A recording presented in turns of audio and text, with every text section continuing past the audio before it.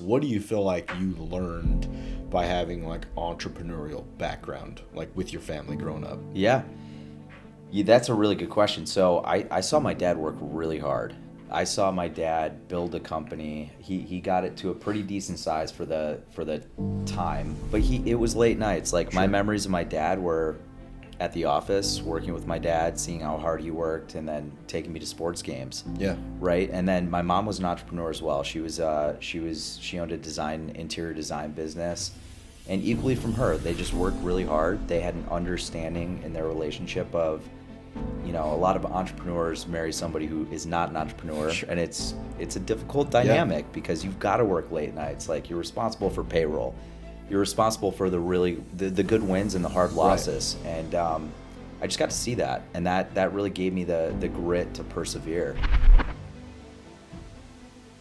Welcome everybody to another episode of the Be Bright podcast. Today I'm excited to have Sean McGraw, the owner of 4 Energy, local philanthropist, family man, father, just an overall good guy. So thanks for coming on. Thanks for having me. Excited to be here. Yeah, no, definitely excited to chop it up. It's been a little bit since we last hung out and saw each other. But yeah, if you don't mind giving the people a little bit of a background about yourself, maybe your upbringing, and something I always like to ask is if there was any sort of formidable experiences growing up that you had that kind of shaped who you are today. Yeah, I love it. That's deep. So I'm from Detroit, Michigan, actually. On the hand. Yeah, suburbs of Detroit. But I grew up in a suburb of Detroit. My dad owned. I come from a line of entrepreneurs. So my cool. grandfather, my father, he actually owned a window replacement business. Nice. So my first ever job, I was probably 13. I don't know if he's breaking child labor laws, but Probably. But yeah, probably. it's all good. I was unloading 18-wheelers full of really heavy Anderson windows. So Dang. he put me in the warehouse. I was, people called me Daddy's boy and Sure. just all that. But while I was there, I worked my way up, started learning marketing. So I ran a canvassing crew for him in Michigan, which gets all 4 seasons. Yeah. So tough. And then I started doing shows and events. Cool. So right before I decided to move to Arizona, which was 2006, I started training in sales, but decided to move to Arizona to go to Arizona State. Fell in love with the sunshine, the lack. I missed the seasons a little bit, Sure. but the 8 months of cold was tough. And yeah, man, I've always been a worker. I've always wanted to be an entrepreneur my entire life. Started the company when I was a senior at ASU. I took one class on solar and just thought to myself, man, I could do what my dad does, except with a product I really feel good about, Sure. something that's there's just so many perks to it. So yeah, the rest is history. Started it while I was still in school. First handful of years were falling on my face. This was like early days of 2010. Oh, wow. Early Okay. days of solar.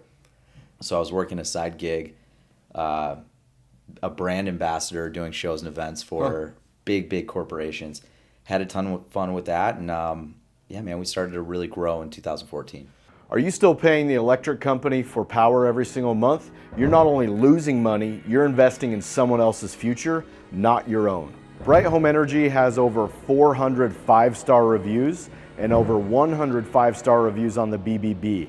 That means real homeowners just like you are already making the switch with quality and peace of mind. We are the preferred solar installer for SolarEdge Technologies in Arizona.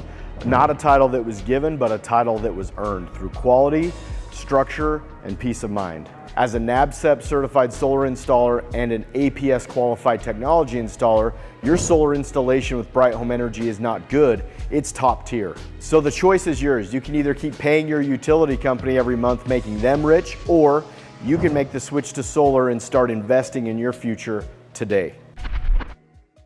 Oh, that's awesome. And I didn't know we had that similarity, but I come from a family of entrepreneurs as well. My grandparents were like dairy farmers. That's awesome. Out in Minnesota, and then parents own a construction company and a ranch. I mean, I always look back on those times because to me, working with my parents, this was my experience was, they didn't like give me preferential treatment. Yeah. I started at the very bottom and had the worst job running shovels and stuff in trenches all 4 seasons in Utah. But what do you feel like, even if it was like out of just osmosis, what do you feel like you learned by having like entrepreneurial background, like with your family growing up? Yeah. Yeah, that's a really good question. So I saw my dad work really hard. I saw my dad build a company. He got it to a pretty decent size for the time. But it was late nights. Like my Sure. memories of my dad were at the office, working with my dad, seeing how hard he worked, and then taking me to sports games. Yeah. Right. And then my mom was an entrepreneur as well. She owned a interior design business. And equally from her, they just worked really hard. They had an understanding in their relationship of, a lot of entrepreneurs marry somebody who is not an entrepreneur, Sure. and it's a difficult dynamic because you've got to work late nights. Like you're responsible for payroll, you're responsible for the good wins and the hard losses, and I just got to see that, and that really gave me the grit to persevere. Sure. Yeah. Yeah, because I think no matter what industry, I mean, some of my more poignant moments that I remember is even when times weren't going that great. Like I remember when they started, okay, and then like they had some success, and then there was kind of a downturn in the construction industry, like early 2000s, and they did a lot of excavation work and like water lines, sewer lines. But I remember there was like a summer where they started pouring concrete, like which is not what we did and was not my forte. I remember freaking cleaning those stupid, I don't know what the hell they're called, like forms for concrete. And like that was like the worst thing in my mind on earth. But I think as I look back, it's like, oh, like a lot of similarities, like late nights, like doing every single job, responsible for everything. And I think that grit and determination, whether it was through osmosis or seeing them do it, I just felt like, you know what, like seeing them like almost work on commission every day where nothing was guaranteed and there wasn't this comfortable salary. It's like you learn that like, hey, there is opportunity out there. It's going to take a lot of hard work, dedication, perseverance. There's going to be hard times, but ultimately I think for me, and it sounds like you, like gave me the belief in myself that I'm like, hey, like in some form or fashion, I didn't know it would be solar or whatever, but I knew eventually I wanted to own my own business. And it's kind of cool how that formulates, whether it's just sitting there in your subconscious mind or we're actively creating it, that like we find these opportunities and are able to expand, especially with you in college. Like, did you ever have a point in college where you're like, hey, maybe I ought to get a real job versus doing the entrepreneurship route, or were you just 100% dialed in on that? Yeah, so I knew I wanted to be an entrepreneur, but I will say there was a million times I wanted to quit, right? But the apple doesn't fall far from the tree. You see a lot of doctors with kids who become doctors and attorneys with kids that become attorneys. And so I think it's just that entrepreneurial personality. Like there was times when my dad was going through rough patches in business, and I saw that out of him. And then there was times where he was just crushing it, and I got to see that too. And I think at the end of the day for me, it was owning the result. Like it's hard for me to count on somebody else. I count on my people for sure, but I'm still in control. And no matter what the results are, I've got to look in the mirror. Right. Like if we're having a terrible year, it usually falls back on the leader. If we're having an awesome year, well, you get to take a little credit of that too. So for me, it was not letting somebody else be in control of my destiny and having that ability. So you move here, you go to ASU, you're a senior. How did you get introduced to solar? What was that process like to be like, hey, this is what I want to do? Yeah, a couple things. So I took one class that was on renewable energy. It was solar, it was tidal power, it was wind power, and I fell in love with solar. It just made sense to me at the time. And by complete coincidence, my dad had kind of winded down his company in Detroit, and he got a call from one of his buddies in Florida who had a company called Affordable Energy Solutions. And they had a product offering. It was solar water, solar PV, I think radiant barrier, and some products that we don't really rep anymore, KVAR units. It was this whole package. And the guy said to my dad, he was on speakerphone, and he said, does your son want to start a company? I was right at that kind of breaking point of like going into the real world, and I was like, you know what? Let's do it. I'm young. I don't have kids. Sure. I know this is what I want to do in the long term, and that's kind of what happened. So when we were founded, our company name was actually Affordable Energy Solutions of Arizona. Okay, nice. Kind of a mouthful. Sure. But they gave us the deck, they gave us the training book, and man, the next couple of years were just not taking home any money, but reinvesting in the company, collecting my first couple employees, and figuring it out. That's what it was. Yeah.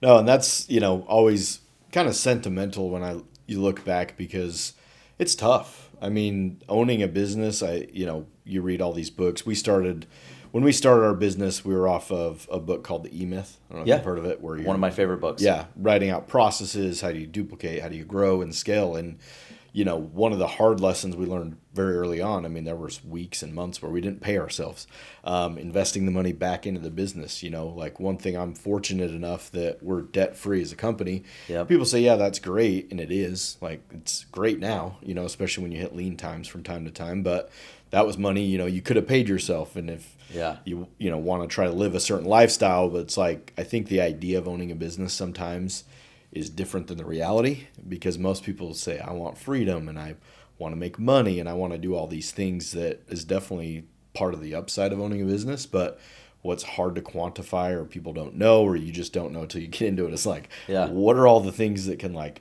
end your business and, kill it and ruin it? And most businesses fail. So from the beginning, like when I first heard of you guys, I've been in solar for 10 years. Immediately I'd heard of you guys, and right, wrong, or indifferent, my thought initially when I think of For Energy is like, in my opinion, you guys were on the forefront of energy efficiency. Yeah. And that being coupled with solar. So when you started, you had all these different offerings. What was sort of your first pivot? Because obviously you probably had a bunch of stuff, but was there a time where you said, hey, let's simplify this and let's focus on these items? And what was it about those items that you felt like brought the most value to the marketplace? Yeah, so we talk about the solar coaster a lot in the solar industry. Man, I hit that solar coaster hard. So we took on a product it was manufactured by Unisolar.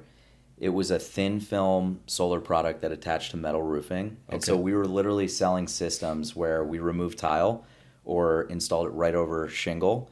And it was like preset packages of kilowatts. It was a very cool product, but they went out of business in 2012. It was one of those Obama-funded big solar manufacturers at the time.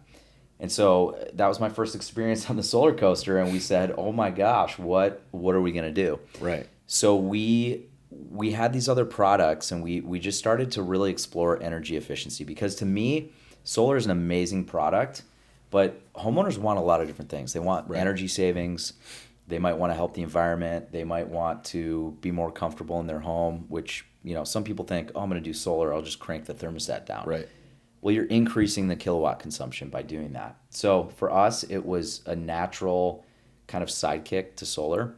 And so we just got really, really good at energy efficiency. So both of our utility companies have rebate programs. Right. You guys, I think, participate in those or used to.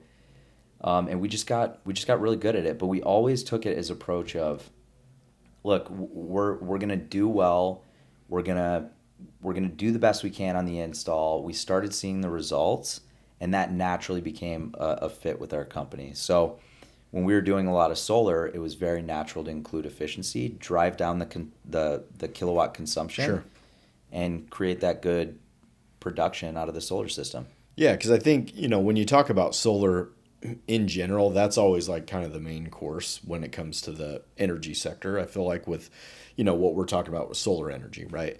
But I think there's other items that are equally as important. One being reduction items, efficiency items, where we would always say it's always less expensive to reduce than to produce, right? You're always going to pay more to produce energy than you are going to reduce energy. Yep. And now we're seeing with battery attachment and other things that, like, I think the perfect scenario is somebody being able to get energy efficiency items, which lowers their, what they're using, have the solar to produce what they need, and then obviously having a battery there for backup situations, arbitrage, and things like that. And I feel like I said, you guys were a very early on adopter in that. So as you were focusing on energy reduction items and then going through solar, maybe now let's get, I guess, kind of the meat and potatoes of the industry part. Like, what has the solar coaster been like for you? Also, you had mentioned, which I didn't know, and I think is pretty remarkable. I mean, you guys had partnered with Titan at an early on stage, and you stuck with them through, their whole progression. Yep. What was that experience like? Anything you want to share about all that? Yeah, so I mean, it's the solar coaster. It's there's been really high highs in solar and really low lows, and you never know what's coming, right? Like, solar is such a great product that you have a lot of outside forces fighting it. You've got the utilities changing rate plans every year, sometimes in a way where they don't say it, but it's kind of combating solar. Right.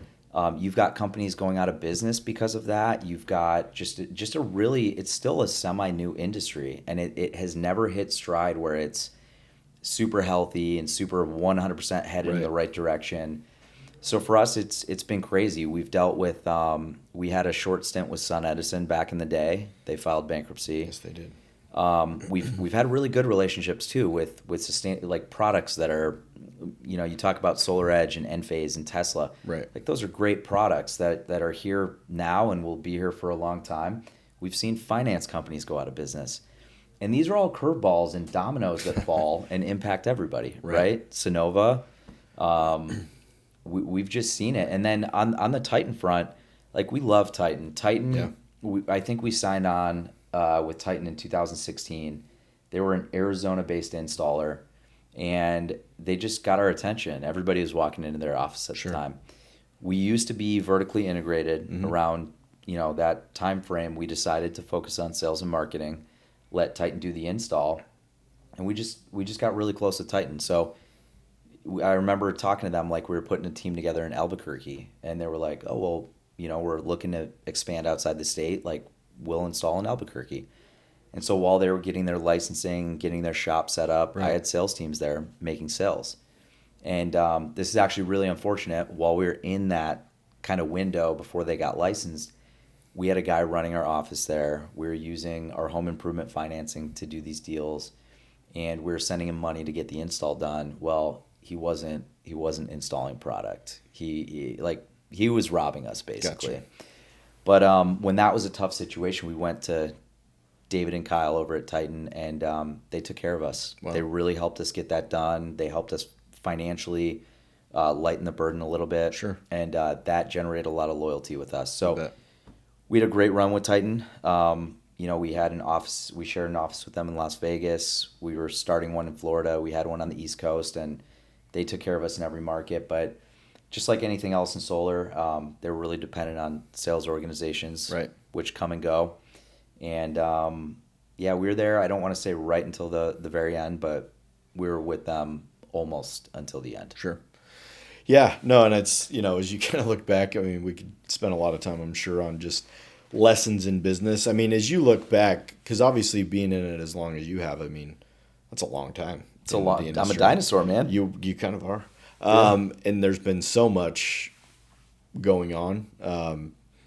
How do you feel like you all have been able to get through that? Not just like get through it, because sometimes that's all it is. But like, what do you feel like has attributed to your success to be able to be nimble enough and to be able to withstand all of those adversity and those negative experiences to just keep going? Yeah.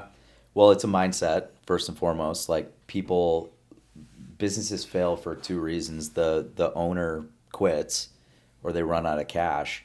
We had some close calls on the cash. Like it's really hard when a financer goes out of business and they owe you a ton of money and you never see it, or the same with Titan. But we always had that secondary offering. So regardless of how solar was doing, we wanted to have a more sustainable model in an industry where a utility company can't just, with the stroke of a check, kill us. So efficiency is something that we've really doubled down on, especially over the last couple of years, and just gotten better at. And that's really leveled us out and put us back into a growth path. In terms of efficiency, I mean, what do you feel like are the best products that are out there that for the cost, the value, and what they'll actually do? Like, are there a couple products that you all have just stayed close to and you're very passionate about? Yeah, we call it the big three. So heck yeah. Insulation, attic seal, duct seal. Cool. So it's attic work. It's not desirable. It's hard to find guys that want to crawl an attic and install product. Like if it were me, I'd rather be installing a window or solar panels. But that to us, depending on the shape the home's in, saves the most amount of money. Yeah. And once you do it, it's not like you remodel a kitchen and 10 years later it goes out of style and you want to do it again. Right. Like once it's done, it's done. Just don't have the cable guy up there like moving all the stuff we did, digging around. So we see a lot of low-hanging fruit there. And then we're in Arizona. Attics get to 170 degrees out here. So we find homes where their ductwork is split open. Sure. Again, like we look at the home holistically. We're not going in pushing products. We're pushing solutions.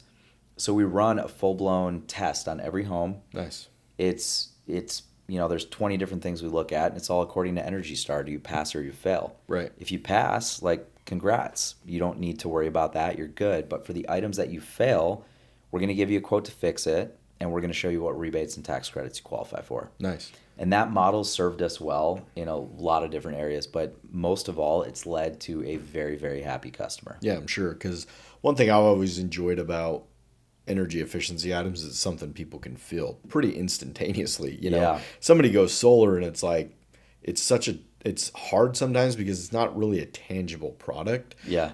Maybe they'll see it on their electric bill, next summer, but you go ahead and throw in the right amount of insulation, you sew up the ductwork, and you just fix what's going on in the home. It's like they're going to feel that day one. They feel it while we're still there. Right. Like, Yeah, it's that's like true. our installers love coming back and telling us, like, or the homeowner will write a review like, these guys were still here, and we're finally comfortable in our living room or wherever Right. it is. So yeah, that's a big perk, right? Like, people do see it and feel it. And on the solar front, like, they do see it. They'll see a reduction in their bill. They'll see really good results, but it's not always that easy to see. Like I mentioned earlier, some homeowners do a big solar system and the offset is whatever the offset is. Right. And they think, oh, I've got solar. In fact, my wife did this, by the way. I can turn the thermostat down to whatever I Sure. want, and like, we're good. We have solar. Well, yeah, you're still in good shape. Maybe you're more comfortable. But what was the sacrifice to get there? You drove up your electric bill or reduced the savings that you would see if you never changed any of those habits. Right. Temperature outside.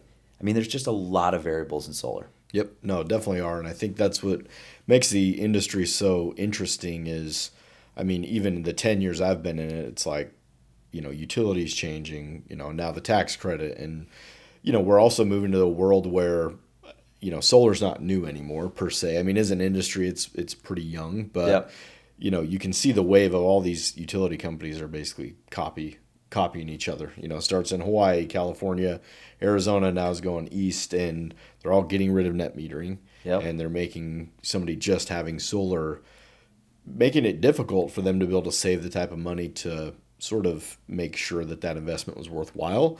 And a lot of times they're doing it retroactively, like afterwards. Yeah. Like SRP, their buyback's going to just, and the plans they have, the grandfathering is going away. APS probably soon to follow. And I think that's why what you guys are doing on the energy efficiency front, that's, like you said, it's almost timeless in a way, because it's like, hey, like, this doesn't go out of style like your kitchen bathroom. They can't get us on the efficiency, right? Right. You're always going to need to have a well-insulated home. You definitely want to make sure that the air your air conditioner is producing gets to where it needs to go. And then attic ceiling's a whole thing that just makes insulation perform at a higher level. We do window replacement too, but not a focus. If we Right. do one of these inspections and we see they've got single pane windows from the 1970s, we're going to recommend it because they're going to feel better. Their windows will work again. But again, it's all about looking at the house, figuring out what's needed that meets the family's needs, and where's the home lacking, and that's what we recommend. Cool. And then as energy efficiency goes, I mean, are you guys seeing a lot of new technology coming out, things that maybe you'll be offering down the road that could really revolutionize it, or has it been something more of like, hey, more kind of tried and true, the big three, these are by far going to continue to dominate? Yeah, so I think they always will play a part. Like, if but they're building homes with energy in mind these Right. days, whereas pre-2006 they weren't. Definitely not. Yeah, so I would say this. I would say that as time goes on, utilities continue to increase. I think there's just a bigger play for solar, batteries, and efficiency. Like, the arbitrage with batteries is really fascinating. Yeah. I think battery prices are still a little up there, but that changes in two ways. They either lower prices or utilities continue to go up, and we Right. know that second one's always going to Yeah. happen. So batteries. Yeah. I think batteries are the big one that's coming, and I think there's a bigger play because now what? There's a demand charge. Yep.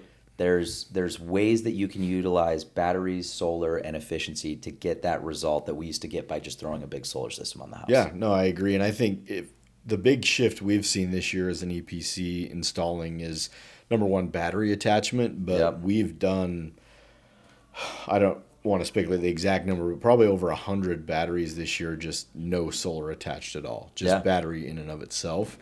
And the reason why is because the utility companies are going to these demand, charges, demand plans, to where they're giving a decent discount in the off-peak when, there's a plethora of power.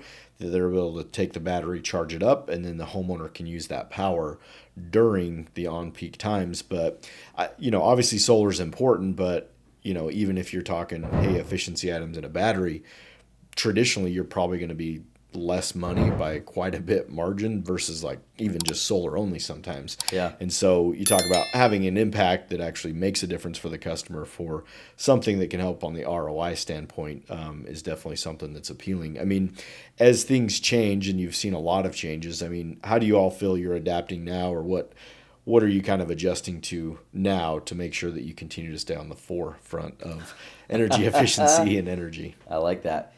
Yeah, so as I said, we're double downing on energy efficiency. There's no shortage. It's not as competitive of a market, which is great.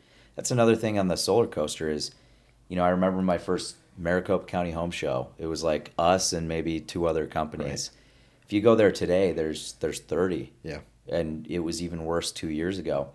So really finding our niche in a product offering that we just feel like we do better than most other companies. I don't know every company out there, but we are one of the best at installing energy efficiency products. We partnered with a couple solar companies because it's hard. Sure. It's hard to do efficiency the right way. And yeah, really just finding our stride in that category, because similar to solar and batteries, as utilities raise, it just becomes more important. Yeah, and I think there's something to be said, from what you just mentioned is, I think in business, one of the challenges we've seen, and we were just reading a book this year that we've kind of based our business moving forward on, called Traction. Oh, yeah. And one of the things is, stop chasing shiny objects. Yep. And I think it's really easy sometimes in business to move away from what you're really good at for the potential of, something more grandiose, when really you go through all these learning experiences and do these different things, and then you just kind of center right back to what you are good at, what pays the bills, what's kind of that foundation. Yeah. And you're just like, man, we should have spent all of our time, doubling down on what we're really, really good at versus chasing shiny objects. How have you balanced that with also having an eye for the future and needing to adapt? Do you feel like there's been instances where you've kind of chased shiny objects, or do y'all feel like you've been pretty singularly focused on what you're good at? No, that's good. 100% we've chased shiny objects a lot of times. Yeah. Right? Like there was a time I took a step back and I was like, we are carrying way too many products. Like you can be okay at a lot of things, or you could be the master of one. Right. And this is where I'm obviously a huge believer in solar. We still carry solar, but it's not our primary focus. Right. Because we're better at energy efficiency. We're full cycle, vertically integrated, where we market, sell, and install the product. And there's something to be said about that. Sure. Right? So we're going to continue to pursue that path. As I said, I think it's just becoming a bigger and bigger deal. And by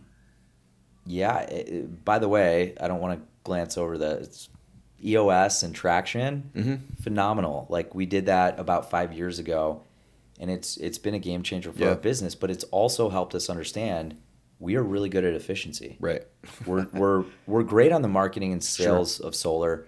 We've always offered what I think more training than most of the companies out there, but that's not what we're best at. Right. Let's focus on what we're best at. Yeah, and as technology advances, like one thing I think I've admired from you guys, because honestly, we've offered efficiency for a very long time, but we've never like had it kind of vertically integrated to where it's like we have people selling it, marketing, selling, and then obviously installing. We were installing it, almost just packaging. Yep. As AI comes in and technology advances, I mean, do you want to just share a little bit about, the importance of marketing, how you all feel like you've kind of been on the forefront of that, and then with AI coming further, any things you want to, I guess, add on with that? Yeah. So I would say on the marketing front, and a big difference between solar and energy efficiency is more of a traditional home improvement product, which I know you guys are super familiar with. Solar has always been a pretty heavy door-to-door. Yeah. Right? It's been harder in solar to generate leads in other ways, whether it's because it's too competitive or, people have had a bad experience, whatever the case may be. On efficiency, we have a variety of ways that we market. Like we do 200 to 300 shows and events in the Valley Nice. every year. We do have a canvas team. Like I'm a big believer in meeting people at their front door because you Right. run in to the person that, yeah, it's been on their mind, but maybe they're just not proactive about it. Right. So we deliver it to their door. Right. We've got a full-blown call center. We do all the online lead gen. To me, I never want to have a marketing source more than 20% of the overall marketing mix. Makes sense. And to me, that's just a practice that a mentor of mine gave me, and it puts you in a stronger position. Like overnight, like COVID, for instance, Right. part of the solar coaster. Yep. We were going door to door in every state we were in, and people were scared. Right. People were like, dude, we were getting bad reviews. Like, get off my doorstep. You're Right. you're contagious. Like, get out of here. And Stranger danger. yeah, it could have totally killed our solar program, and it did dramatically reduce our results during that time frame. But the same thing with Google and any lead source. Like, if it gets shut down, what do? Right. So we want to diversify there, and we've done a pretty good job of that. But like everybody else, we're always looking for new creative ways to Sure. generate leads. On the AI front, like I have a pretty strong belief in this. Like, adopt it or die. Right. Like there's a lot, I think AI will touch every single aspect of our businesses, whether it's production. We've seen it in solar with design, and that Sure. became like an auto design. Yep. And so I would say learn it, understand it, and adopt it in areas where you can, because it literally is just increasing the efficiency of our teams. So like for me, I want my entire team to understand how to use something as simple as ChatGPT. Sure. It's actually not that simple. Like, how are you prompting it, Right. right? Are you asking the right questions? Are you getting out of it what you're putting into it? And if you're putting in the right things, you'll get out gold. And like what used to take me, I don't know, a day to build an awesome presentation or Sure. awesome training deck, it's done in a couple hours. Yeah. Right? We're using a couple other things. So we use a product called Zero, which is, people think it's Big Brother, but it's not. But it's listening to our sales reps in the house. It's giving them live feedback on, did you follow our sales process? awesome. Yeah, it's amazing. There's a couple products. One I'm really excited about. Guy down the street, Tommy Mello. Yeah. So he's created a product called Field Spark, which is not only AI in the pocket giving sales reps feedback, but it's like if you fall off the process and you go 0 for 10, you have to beat the bot to get an appointment. You That's cool. gotta work on the things that you're struggling with. Right. So to me, those kind of tools, they help on the sales level. They help the homeowner get a better product and service, and they help the company perform at a higher rate. And then on the customer side, how many times have you had a customer call and say, "Oh, you promised this, Right. this, and this"? Well, you have no way of knowing, and Sure. it puts you in a really tough position. With this type of technology, you know what was discussed. Sure. You get an accurate outlook on the project, and you Interesting. can always go back and say, well, it wasn't said that exact way. This is how it went down. Right. And so it protects you. Yeah. No, I didn't think about that because we do a welcome call, and we've been doing that for years, and different terms and conditions that aren't just baked in this huge agreement. But Yep. yeah, I definitely see the power of, it's leaning into it versus avoiding it. Yeah. I think that's where it can be hard because obviously it's like in business, you're like, well, we've always done it this way and it works. And so sometimes you're scared to be able to let's introduce in these extra tools that maybe they work, maybe they don't, whatnot. But no, that's fascinating because I've heard of different things like from door pitches and things, but didn't know there was like the in-house where it can, number one, great with liability of hey, is. because that's why you have an install agreement. Like we had a thing come up 2 weeks ago where it was like, we sold them solar in 2021. Yeah. They said the rep promised them a price for R&R, because now they have to get a roof, and it was like not doable price, but we're almost like, not that the rep was being skeezy. Maybe they said that, maybe they didn't.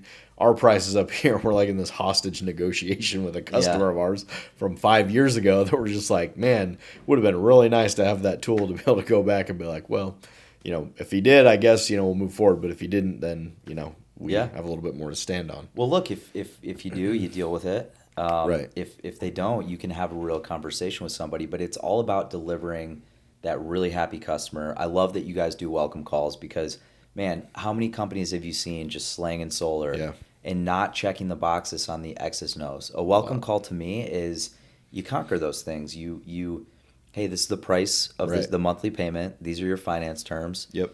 Did the rep promise you anything that's not on the agreement? Yep.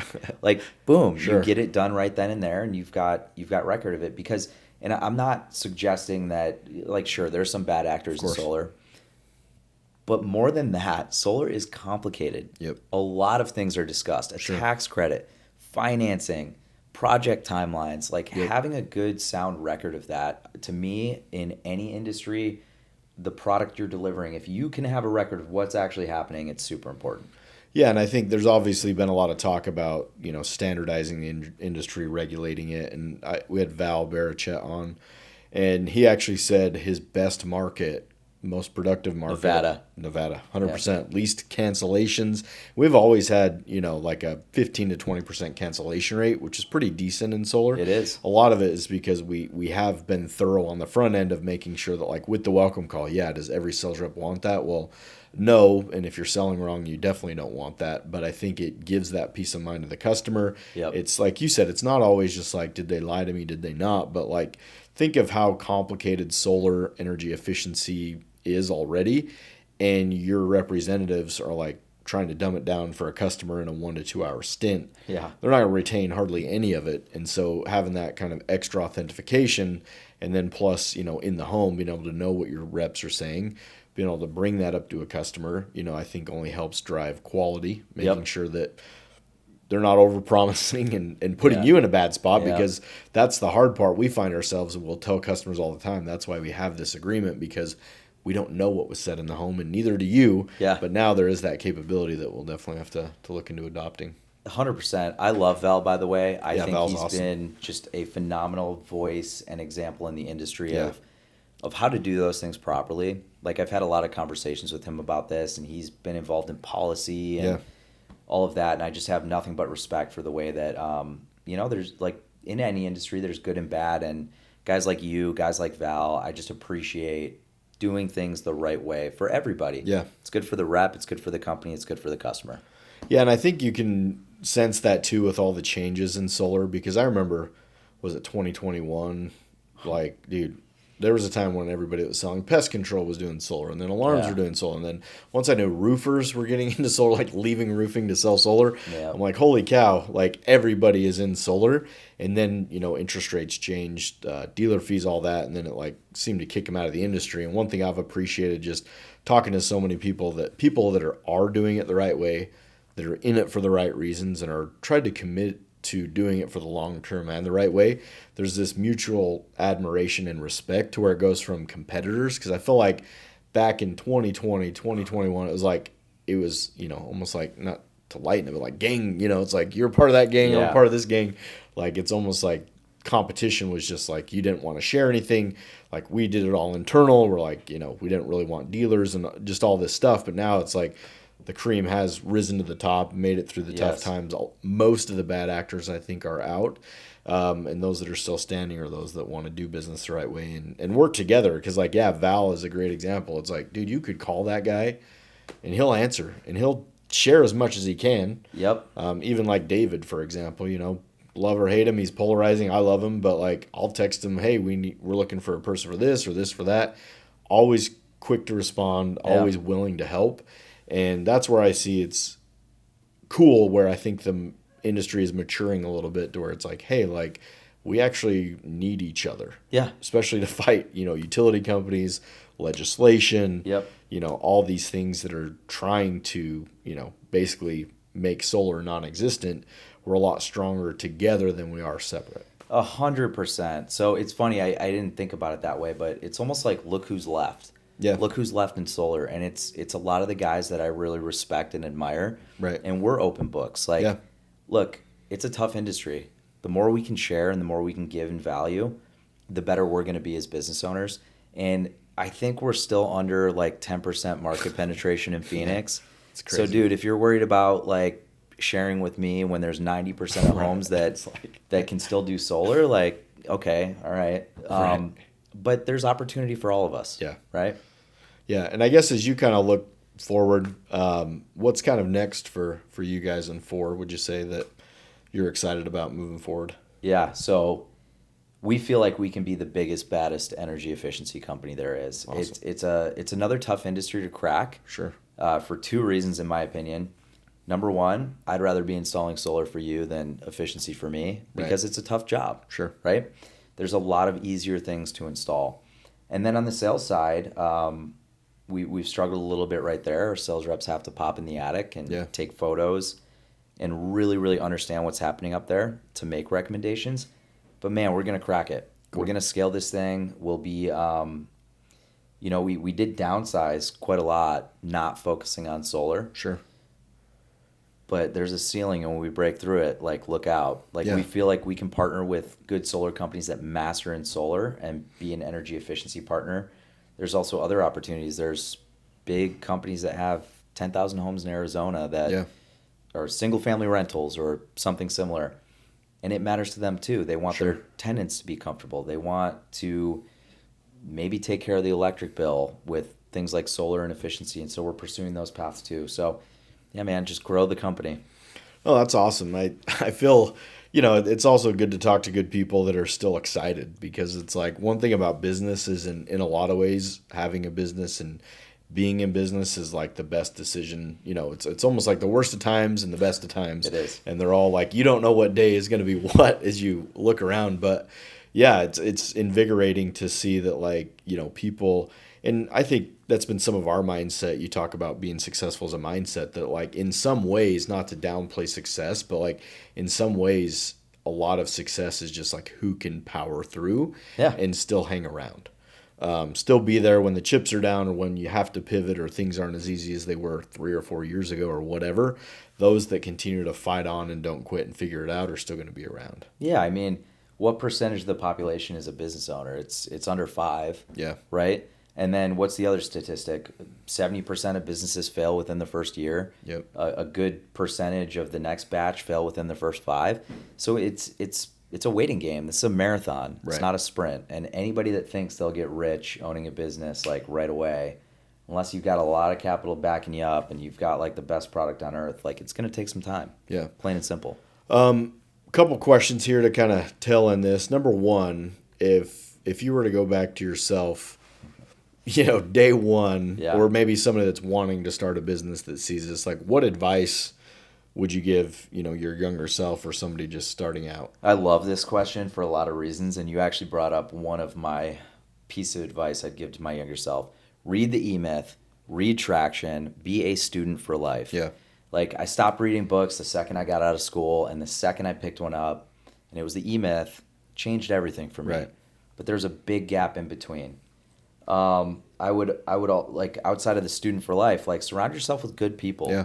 Like, create those relationships where, like, I can call you, you can call me, and we share, because like if you're sharing, more will come back to you in future value. I wholeheartedly believe that. And man, fall in love with your numbers. Don't take your eye off the ball. Fall in love with the results of the company, not with the company. And magic happens when that takes place. And then the last thing I'd say, man, people will do what you tolerate. I have a good friend. His name is Brian Gottlieb. He wrote a book called Beyond the Hammer. It's an amazing book that applies to solar, home improvement. But people will do what you tolerate, and your culture becomes what you tolerate. Sure. So hire A players. Don't let them turn into B players through your culture. And, man, just rock. Yeah, that's awesome. If you were to kind of encapsulate this, it's probably changed over time. Your why. That's something we always talk about with our sales guys, and I think even as business owners, like we've had to, and I've had to look in the mirror sometimes like, why am I doing this? Like, when times are tough, or I mean, even when they're good, it's like the constant reminder of like why you're doing it, to make sure you're grounded. You continue to push forward in the good and the bad. What would you signify as your why that keeps you going through all this? It's a good question. I think of this a lot.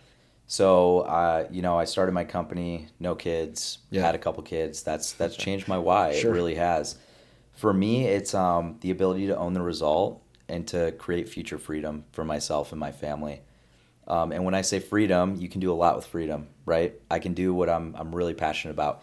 You and I both live in the charity world in Phoenix, which to me is a pillar of my life. And based on our conversations, I think it is for you too. And man, I just want to serve. Sure. I want to serve my family. I want to serve my community. And I want to have personal freedom to where I'm not stressed about how, do we make 10 sales today? Do we make a sale today? Right. I want to create that life for myself and my family. Yeah, and that's the thing too. I think as you go throughout life, and we'll tell our sales reps all the time, it's like, hey man, like this is a short window in your life, most likely, even if it's a decade.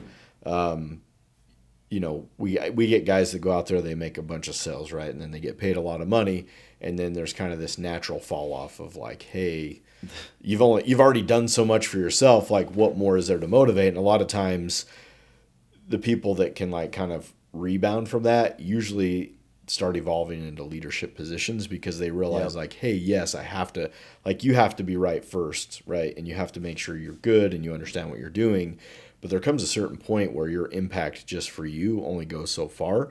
And to be able to impact the lives of others in a positive way is continuously motivating because there's always more people and more things you see. And I think on the charity front, like, we're kind of sheltered a little bit. I mean, as tough as times can be, there's so much people going through so much worse. Yeah.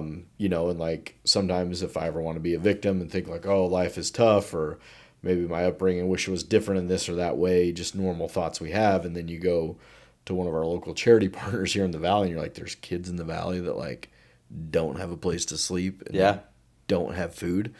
Like, that's pretty crazy to think about, but it's like astonishingly relevant. It's a reality, man, and it's tough to see, but you got to practice gratitude. You've got to have a positive mindset because, like, positive mindset can do a lot. But sometimes I complain about my worst day, and my worst day could be somebody else's best day. Yeah. So you've got to stay grounded, and that's why that avenue's important to me. But the ultimate is just elevating other people. Sure. There's nothing better than having an employee or somebody in the community that you actually get to make an impact with. Right. Could be they're making more money with you than they've ever made in any other job, and it's a career for them. Could be they buy their first house. It could be, going to the local charity and taking care of kids. So that's what really moves me, and I just want more time to do it. No, that's awesome. And I think that's also the benefit and the upside of being able to create an opportunity for yourself so you can give back. You know, if you're focused on where your next meal is coming from or how this is going to work or how that's going to work, it's pretty hard to go outside of that bubble and make an impact on people. But I know our best memories are from like what you just said, like people that have worked for us who their lives have been changed. It's not all because of us, but for just giving somebody an opportunity and they take it and make the most of it and it changes their lives. Like, there really is not anything other than maybe being a parent or whatever to like kind of put next to that of the feeling that you have that like, hey, this opportunity that we created through all of it gave them the vehicle to be able to go out there and change their lives. And then on the counter side, like some of the darkest times we've had is like we've been stolen from too, from employees, and like we've been broken into from employees. And it's just like, man, but I think the good definitely outweighs the bad. And I guess as you kind of look on things, I mean, you've been in business for a long time and obviously entrepreneurial spirit, you're probably going to continue to do that the rest of your life and working life. What do you feel like you want your legacy to be when it's all said and done? Oh, that's one I haven't given a ton of thought to. Like, I want people to know I care about people. That's the most important thing for me. From my family to my friends to people in the community. I don't need a statue built. I need to be remembered as somebody who really cared and made people feel good and elevated other people. And to your point of, some of the best days in business, yes, you gave them the vehicle. They have to bring the things like show up, work hard, take it seriously.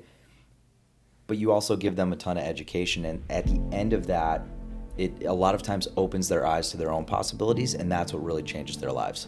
Oh, that's awesome. Sean McGraw, a man of the people, for the people. If people want to find you online, check out personally business pages. Do you want to give like your LinkedIn, Instagram, whatever? Yeah, so most of my social profiles are Sean K. McGraw. You can find me on Instagram, Facebook, LinkedIn, all of it, pretty out there. But feel free to connect. S-E-A-N? S-E-A-n, thank S-E-A-N. you. The right way. The right way to spell it, yep. Well, thanks for coming on, man. I appreciate it. It's always good to chat with you. Have a lot of commonalities business-wise, philanthropy-wise, and a lot of common connections, but it's just good to see good people doing good things. So thanks, everybody, for checking out the episode. Like, subscribe, share it. We'd love to have you back on down the road and catch up with you sometime down, see what's going on. Yeah, So, thanks, man. Yep, thanks for tuning in. We'll see you on the next episode.